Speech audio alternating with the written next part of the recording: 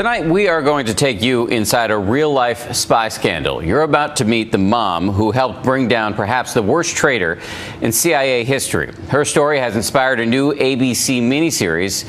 So how did she do it? What you are watching is inspired by real-life events, one of the worst acts of treason in American history. At the height of the Cold War, a CIA officer walks into the Russian embassy in Washington, D.C., hands over a treasure trove of secrets, and demands a meeting with the KGB. My name is Aldrich Ames. I work for the CIA. This betrayal is at the heart of the new ABC miniseries, The Assets. I think he'll want to meet with me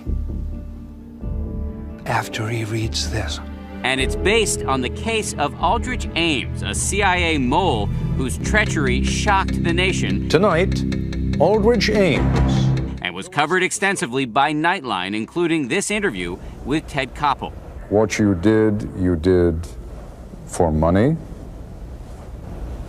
Stop me if I say anything that's wrong. The Assets takes us inside the hunt to take down Ames, which was led in part by Sandy Grimes, a wife, mother, and CIA agent seen here on the show. You're entitled to your opinion, Rick, even if it's wrong. And seen here today. How much damage did Rick Ames' treason create? He basically wiped out all the U.S. government's human source collection. He wiped out your ability to have eyes and ears on the ground. Exactly. In our number one enemy.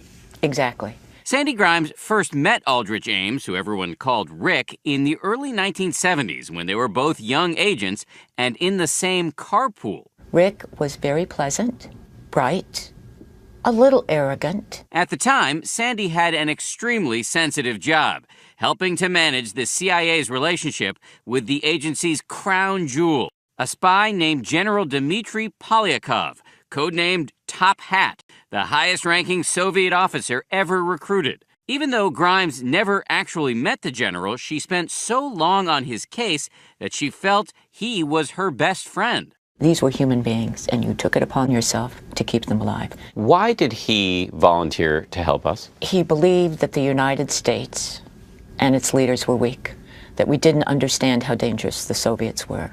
Polyakov was a man who balanced his dangerous espionage work with a tender home life. So you were really close with him? Very close. His granddaughter, who he helped raise, remembers him as a doting figure. He was always working with the wood, making furniture for my dolls and, little swords, wooden swords and guns. But her relationship with her grandfather was cut brutally short when, on June 13th, 1985, Rick Ames gave the KGB a list of every known human asset the CIA had in the Soviet Union. The list had 20 names on it. Within a year, 10 of those people were executed. Among those rounded up, General Polyakov, seen here in this remarkable footage as he's arrested by Soviet agents and stripped on the spot just in case he had a cyanide pill on him to take his own life. He was later tried in a secret court and shot. Back at the CIA, no one knew exactly what had gone wrong, that they'd been betrayed by Aldrich Ames. Sandy Grimes blamed herself. It's still hard to talk about.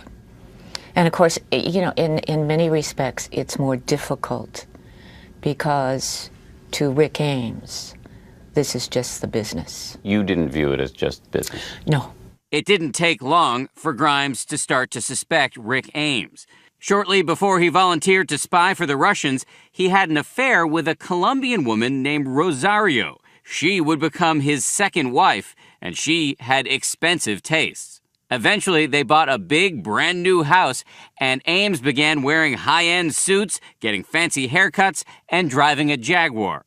Despite these warning signs, the CIA didn't really begin to focus on Ames until many years later, when Grimes and several other agents were assigned to a special task force to investigate the intelligence leaks. Grimes's job was to construct a massive, meticulous database of all of Ames's activities. What the database revealed was that Ames made a series of cash deposits in the bank, each time just hours after meeting with a Russian official.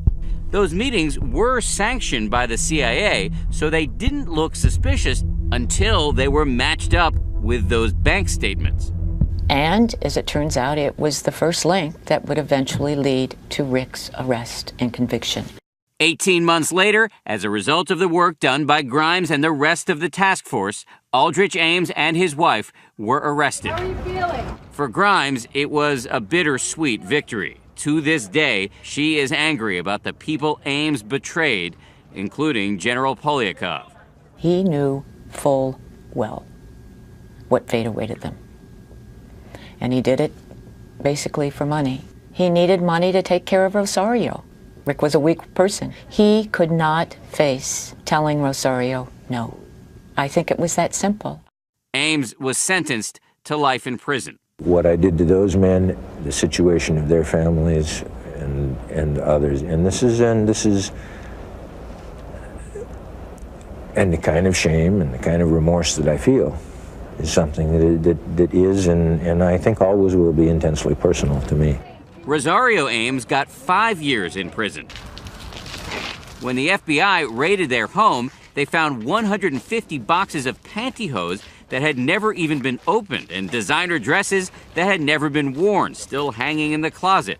Rosario insisted she only knew about her husband's treason for the last 18 months, and even she denounced her husband. I share the shock and the outrage. You don't betray your mother, you don't betray your country, you don't betray your wife, you don't betray people. That's the way I feel. Recently, Grimes co-authored a book about the hunt for Ames called Circle of Treason. At a book signing last year, she got a surprise. And I just came up to her. I was very nervous. I didn't even know what to say.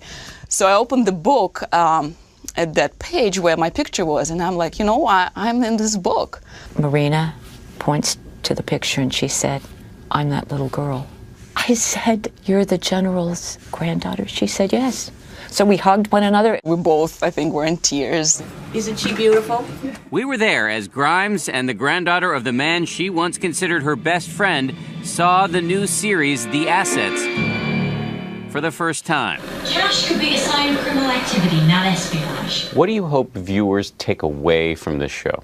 That they remember those people who volunteered to the U.S. government, knowing that working for us, passing us secrets, might result in their losing their lives. In addition to that, I want them to remember that treason is a crime against every citizen of our country.